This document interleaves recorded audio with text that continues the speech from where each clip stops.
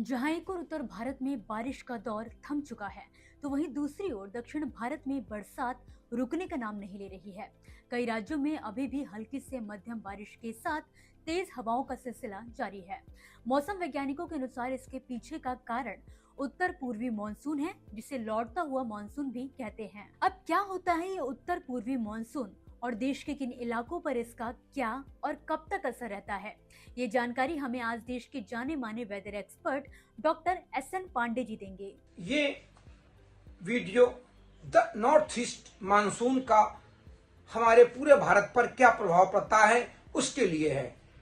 देखिए, जो north east monsoon होता है उसका प्रभाव पूरे भारत पर नहीं पड़ता है। इसका प्रभाव, मुख्य प्रभाव जो होता है वो दक्षिण भारत पर पड़ता है। खासकर हमारा जो तमिलनाडु है, आंध्र प्रदेश है और केरल है, इन राज्यों पर ये लौटता जो मानसून हमारा होता है वो ये वर्षा लाता है।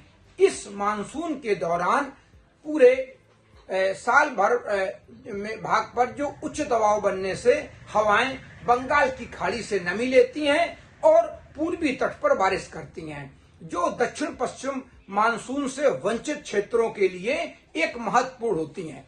इसका प्रभाव पूरे देश पे बहुत कम होता है, क्योंकि वहां और इसका जो नॉर्थ ईस्ट का है वो दक्षिण के जो हमारे प्रदेश हैं उनके लिए, वहां की फसलों के लिए और वहां के जल भंडारण क्षेत्रों के लिए बहुत अति आवश्यक होता है। तमिलनाडु, पौंडीचेरी, कराईकला, आंध्र प्रदेश और केरल के दक्षिणी हिस्सों में वर्षा लाता है। इन प्रदेशों में धान और मक्का की किस्में जो फसलें होती हैं, उन फसलों पर इस मानसून वर्षा का बहुत प्रभाव पड़ता है। और आप जानते हैं, जो हमारे देश का मानसून है उसका प्रभाव हमारी जो भारत की अर्थव्यवस्था है और हमारा जो देश है वो 40 से 50% तक कृषि पर आधारित है। इसलिए चाहे दक्षिण पश्चिम मानसून हो या नॉर्थ ईस्ट मानसून हो, इसका असर हमारी GDP पर भी पड़ता है। आपको बता दें कि उत्तर पूर्वी मानसून भारत में अक्टूबर से दिसंबर तक आता है। इस दौरान उत्तर पूर्व से चलने वाली हवाएं बंगाल की खाड़ी से नमी लेकर आती हैं और मुख्य रूप से तमिलनाडु, आंध्र प्रदेश, केरल और दक्षिण आंतरिक कर्नाटक जैसे दक्षिण पूर्वी राज्यों में बारिश करती हैं। ये मानसून दक्षिण पश्चिम मानसून की तुलना में कम व्यापक होता है, लेकिन दक्षिणी भारत के लिए महत्वपूर्ण है, क्योंकि भारत की अधिकांश जो आबादी है वो कृषि पर आधारित है। जो हमारा कृषि उत्पादन से सकल घरेलू उत्पादन GDP का पर इसका बहुत प्रभाव पड़ता है। और अगर मानसून अच्छा रहता है, चाहे दक्षिण पश्चिम मानसून हो या हमारा नॉर्थ ईस्ट मानसून हो, तो इनसे हमारे जो ग्रामीण बाजारों में मांग भी बढ़ती है और किसानों की आय में वृद्धि होती है।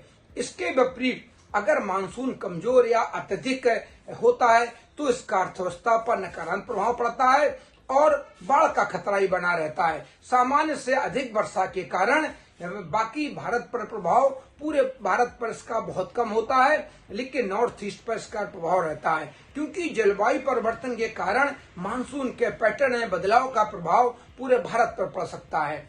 जैसे मैं आपको बता दूं, इसका जो केरल में एनुअल बारिश 2924 मिलीमीटर होती है और इस नॉर्थ ईस्ट मानसून से वहां पर 481 मिलीमीटर बारिश दर्ज की जाती है। इसी तरह तमिलनाडु में भी एनुअल बारिश 914 होती है, जबकि इसकी नॉर्थ ईस्ट मानसून से 47.92 मिलीमीटर बारिश दर्ज की जाती है। इसी तरह साउथ इंटीरियर केरला भी है, वहां भी इस मानसून से 20.6 मिलीमीटर बारिश दर्ज की जाती है। और रायलसीमा है, वहां पर भी 31 मिलीमीटर बारिश दर्ज की जाती है।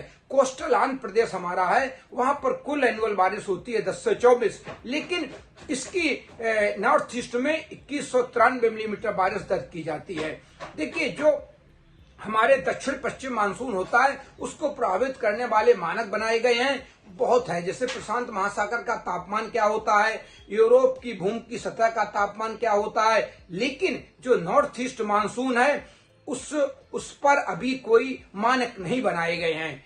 और ये किसान इंडिया चैनल के लिए वीडियो है।